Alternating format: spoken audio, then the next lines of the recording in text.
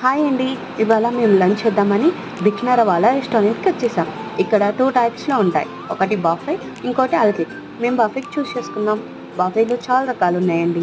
స్టార్టర్స్లో మేము soup, baby corn, garlic bread, paneer 65, paneer pudina masala, chit chaat, dahi puri ఇవన్నీ serve చేశారండి.